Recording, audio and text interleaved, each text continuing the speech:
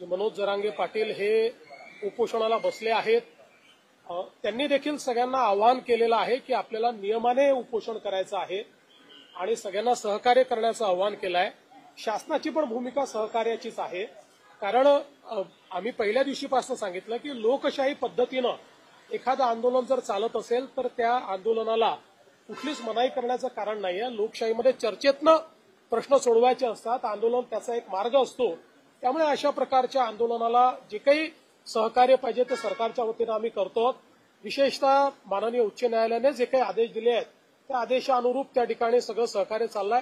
हे खरं आहे की काही तुरळक प्रमाणात आंदोलकांनी काही ठिकाणी रास्ता रोको केला, थोडं ट्रॅफिक डिस्ट्रप्शन केलं, पण पोलिसांनी त्यांच्याशी चर्चा केल्यानंतर त्याही ठिकाणी आंदोलकांनी सहकार्य केलेलं आहे आणि त्या जागा मोकळ्या केलेल्या आहेत। पण अर्थात इतक्या मोठ्या प्रमाणात लोक आल्यानंतर काही ना काही ट्रॅफिकचं डिस्ट्रप्शन हे होत असतं, ते डिस्ट्रप्शन झालेलं आपल्याला पाहायला मिळतंय। अर्थात या सगळ्या गोष्टींमध्ये एकाच गोष्टीची खबरदारी निश्चितपणे घ्यावी लागेल की काही लोकच जरा वेगळ्या पद्धतीनं वागतात आणि त्यांनी मग संपूर्ण आंदोलनाला गालबोट लागतं, तर अशा प्रकारे कोणी वागू नये याच्याकडे लक्ष द्यावं लागेल। आणि मला असं वाटतं की श्री मनोज जरांगे पाटील यांनीही तशाच प्रकारचं आव्हान केलेलं आहे की कोणीही अलोकतांत्रिक पद्धतीनं किंवा आडमुठेपणानं या ठिकाणी वागू नये। शेवटी मी देखील सगळ्या आंदोलकांना हेच आवाहन करणार आहे, कारण आज त्या ठिकाणी जे काही चाललेलं आहे ते माननीय उच्च न्यायालयाने दिलेल्या निर्देशानुसार प्रशासनाला काम करावं लागणार आहे। आता हे काही शासनाच्या निर्देशाने नाहीये, उच्च न्यायालयाच्या निर्देशाने प्रशासन काम करणार आहे। त्यामुळे प्रशासनावरही काही बंधनं त्या ठिकाणी जी काही उच्च न्यायालयाने टाकलेली आहेत ती त्यांना पाळावी लागतील। अर्थात त्या बंधनात राहून लोकशाही पद्धतीनं सगळं सहकार्य हे त्या ठिकाणी प्रशासनही करतंय आणि सरकारचंही त्या संदर्भात कुठलंही वेगळं मत नाहीये।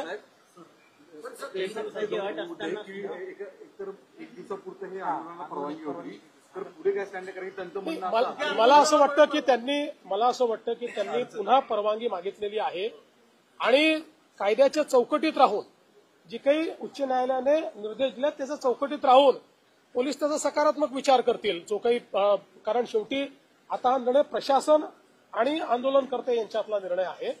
तर माननीय उच्च न्यायालयाने दिलेल्या निर्देशाच्या अनुरूप मला असं वाटतं की प्रशासन सकारात्मक त्या संदर्भातला विचार करेल आणि शेवटी या आंदोलनामध्ये ज्या काही त्यांच्या मागण्या आहेत त्या मागण्यांच्या संदर्भातही जो काही मार्ग काढता येईल तो काढण्याचा सरकारचा प्रयत्न आहे। आपल्याला माहिती आहे की आम्ही एक एम्पावर्ड कमिटी देखील तयार केलेली आहे, मंत्रिमंडळाची उपसमिती त्या ठिकाणी आहे। या उपसमितीला यापूर्वीच ज्यावेळेस अॅडव्हान्समध्ये काही मागण्या आल्या होत्या त्या मागण्या आम्ही अग्रेषित केलेल्या आहेत, तेही त्याच्यावर विचार करतायत। कायदेशीर मार्ग काढावे लागतील, नुसतं आश्वासन देऊन चालणार नाही, कायदेशीर मार्ग काढावे लागतील, संविधानात बसणारे मार्ग काढावे लागतील। तशा प्रकारचे मार्ग कसे काढता येतील असा प्रयत्न आहे। मी असेन, एकनाथराव शिंदेजी असतील, अजितदादा असतील, आम्ही संपर्कात आहोत। आम्ही समितीला सांगितलेलं आहे की त्यांनी त्या संदर्भात चर्चा करून आमच्याशी चर्चा करावी, जेणेकरून यातनं एक काहीतरी आपल्याला जो काही मार्ग काढता येईल तो मार्ग काढण्याचा प्रयत्न करू। शेवटी एकच आमचा प्रयत्न आहे की कुठल्याही परिस्थितीत दोन समाज एकमेकापुढे येऊन उभे राहिलेले आहेत अशा प्रकारची परिस्थिती महाराष्ट्रात उभी राहू नये आणि म्हणून ओबीसी समाजालाही आपल्याला सांभाळावं लागेल, मराठा समाजालाही न्याय द्यावा लागेल। आणि शेवटी मी पुन्हा एकदा सांगतो की आपण हे सगळ्यांनी बघितलेलं आहे की गेल्या 10 वर्षामध्येच जेवढा काळ आमचं पहिलं युतीचं सरकार होतं, दुसरं युतीचं सरकार आणि आता तिसरं युतीचं सरकार, या काळातच मराठा समाजाला न्याय मिळालेला आहे। इतर कुठल्याही काळात मराठा समाजाला न्याय मिळालेला नाही।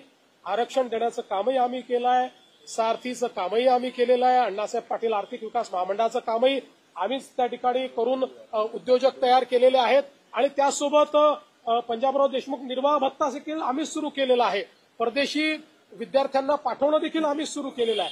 त्यामुळे या सगळ्या गोष्टी शिक्षणाच्या असतील किंवा वेगवेगळ्या असतील रोजगाराच्या, या सगळ्या आमच्या सरकारने त्या ठिकाणी केलेल्या आहेत। त्यामुळे मराठा समाजाबद्दल आम्ही सकारात्मकच आहोत। कुठल्याही प्रकारे मराठा समाजाच्या संदर्भात आमच्या मनात काही शंका नाहीये, या समाजाच्या पाठीशी आम्ही आहोत। पण त्याचवेळी काही लोक जाणीवपूर्वक हा प्रयत्न करतायत की हे कसं एस्केलेट झालं पाहिजे, कसे दोन समाज एकमेकासमोर आले पाहिजेत, कसं ओबीसी आणि मराठा असं भांडण लागलं पाहिजे। काही लोकांचे स्टेटमेंट सकाळी बघितले मी, त्यांचे प्रयत्न काय माझ्या लक्षात येतात, पण त्यांना मी सांगतो अशा प्रकारे आंदोलनावर पोळी भाजण्याचा प्रयत्न करू नका, तुमचं तोंड भाजेल, हे मला त्यांना सांगायचं आहे. शेवटी मुंबई, महाराष्ट्र, आपलं सोशल फॅब्रिक, या सगळ्या गोष्टी महत्वाच्या आहेत. आपल्याला एखादा निर्णय जो घ्यायचा असतो त्या निर्णयाचा दीर्घकालापर्यंत त्याचा परिणाम होत असतो.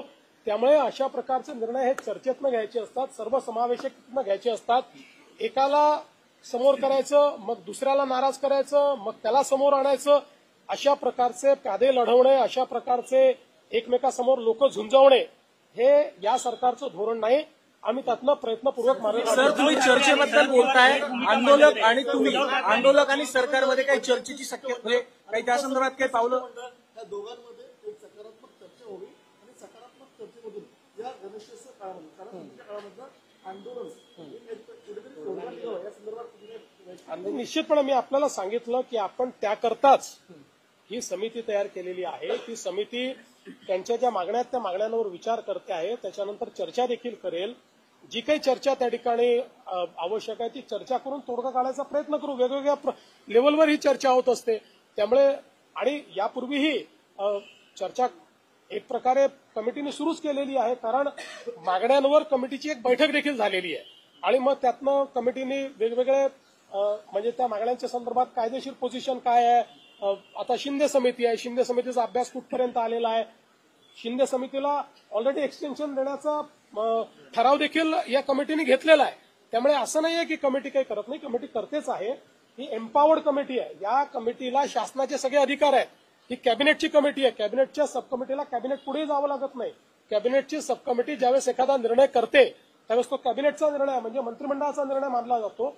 अशा प्रकारची एम्पावर्ड कमिटी आपण तयार केली आहे. त्यामुळे मला असं वाटतं की निश्चितपणे त्यातनं जो काही तोडगा काढायचा तो आपण काढू.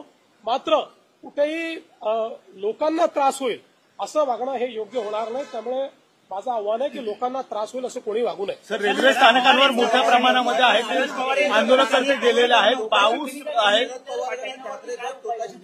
पाठिंबा पण आम्ही मागे हटणार नाही आणि उठणार नाही अशी टोकाची भूमिका घेतली जाते. असं आहे की शेवटी चर्चेतनं मार्ग निघेल ना, चर्चेतनंच मार्ग निघत असतो.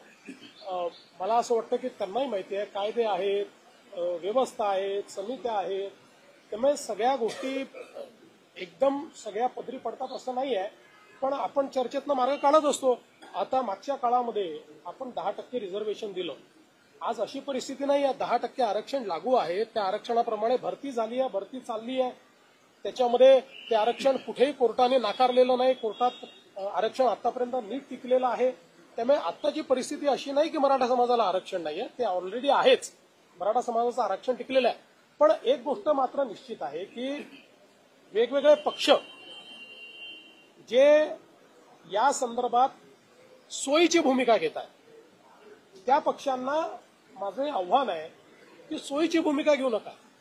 भूमिका घ्यायची तर ठाम भूमिका घ्या.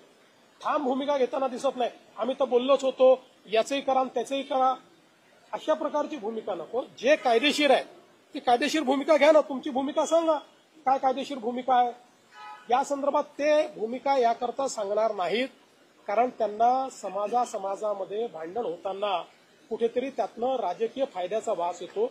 आम्हाला राजकीय फायदा करून घ्यायचा नाही. आम्हाला सगळे समाज सांभाळायचे आहे.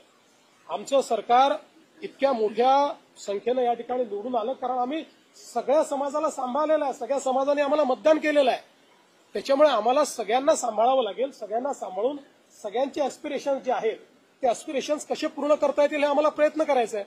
सर, रेल्वे स्टेशन सर एकीकडे महाराष्ट्र में होने वाले इन्वेस्टमेंट मागणी जरी जरांगे पाटील करत असले, काँग्रेस असेल किंवा ठाकरे गट असेल किंवा शरद पवार गट असेल, ते मात्र यावरती ठाम भूमिका घेत नाही. सरकारने निर्णय घ्यावा असं उत्तर दरवेळी. म्हणूनच मी मागतो, कारण या सगळ्या लोकांनी मागच्या काळामध्ये याच्या संदर्भात एक सर्वपक्षीय बैठकीत ठराव करून सह्या केलेल्या. आपल्याला सगळ्यांना माहिती आहे त्यांनी सह्या केलेल्या. त्यांचं पत्र आहे, पब्लिक डोमेनमध्ये पत्र आहे. त्यामुळे त्यांची भूमिका काय आहे ही त्या पत्रातनं बाहेर आलेली आहे. म्हणून मी म्हटलं की आता सोयीची भूमिका घेणं आणि लोकांची दिशाभूल करणं हे बंद केलं पाहिजे. या ठिकाणी आपल्याला महाराष्ट्राचं सोशल फॅब्रिक हे कसं नीट ठेवता येईल, आपली सामाजिक वीण ही कशी नीट ठेवता येईल, हा प्रयत्न आपल्याला करावा लागेल. सर, आंदोलनकर्ते आहेत ते स्थानकांमध्ये पाहायला मिळतात, कारण की पाऊस देखील आहे तो सुरू झालेला आहे मुंबईमध्ये, त्यामुळे रेल्वे स्थानकांवर सध्या मोठ्या प्रमाणामध्ये हे आंदोलनकर्ते. नाही, पण मला असं वाटतं की काही ठिकाणी आंदोलकांनी रास्ता रोको वगैरे केला, पण पोलिसांनी बोलल्यानंतर रस्ता त्यांनी रिकामाही केला. सर, आज पीएम मोदी ने जापान जाके महाराष्ट्र के इन्वेस्टमेंट की तारीफ की है. All credit goes to you. आज कितने एमओयू साइन हुए और क्या इन्वेस्टमेंट? देखिए, सबसे पहले तो मैं आपको बताना चाहता हूं कि महाराष्ट्र में आज हम लोगों ने 17 एमओयू साइन किए हैं. करीब 34,000 करोड़ के एमओयूज है, जिसमें करीब 33,000 न्यू एम्प्लॉयमेंट जनरेट हो रही है. ये नासिक विभाग में नासिक है, अहिल्यानगर है, नंदुरबार है, यहाँ पर एमओयूज है. पुणे विभाग में पुणे में एमओयूज हुए हैं. विदर्भ में नागपुर है, चंद्रपुर है, गढ़चिरौली है, और हमारे रायगढ़ में भी एमओयूज यहाँ पर साइन हुए हैं. और इसके कारण बड़े पैमाने पर एम्प्लॉयमेंट आएगी. ये ईवी में है, बस में, ईवी बस में, ईवी ट्रक में, सोलर मॉड्यूल में, डिफेंस मैन्युफैक्चरिंग में, जीसीसी में, यानी हर प्रकार के एमओयूज ये आज हुए हैं और बहुत क्रेडिबल ऐसी इंस्टीट्यूशंस के साथ हुए हैं. और मैं ऐसा मानता हूं कि एक प्रकार से महाराष्ट्र में ईज ऑफ डूइंग बिजनेस का जो काम हम कर रहे हैं उसके ऊपर लोगों ने विश्वास जताया. सर, उद्धव ठाकरे का कहना है कि मराठाओं के कंधों पर बंदूक रखकर कौन गोलियां चला रहा है, ये खुद मुख्यमंत्री ढूंढ कर निकाले. देखिए, उद्धव ठाकरे जी के सरकार के कार्यकाल में मराठा समाज के लिए किया हुआ एक काम वो दिखाए, उसके बाद बोले. सर एक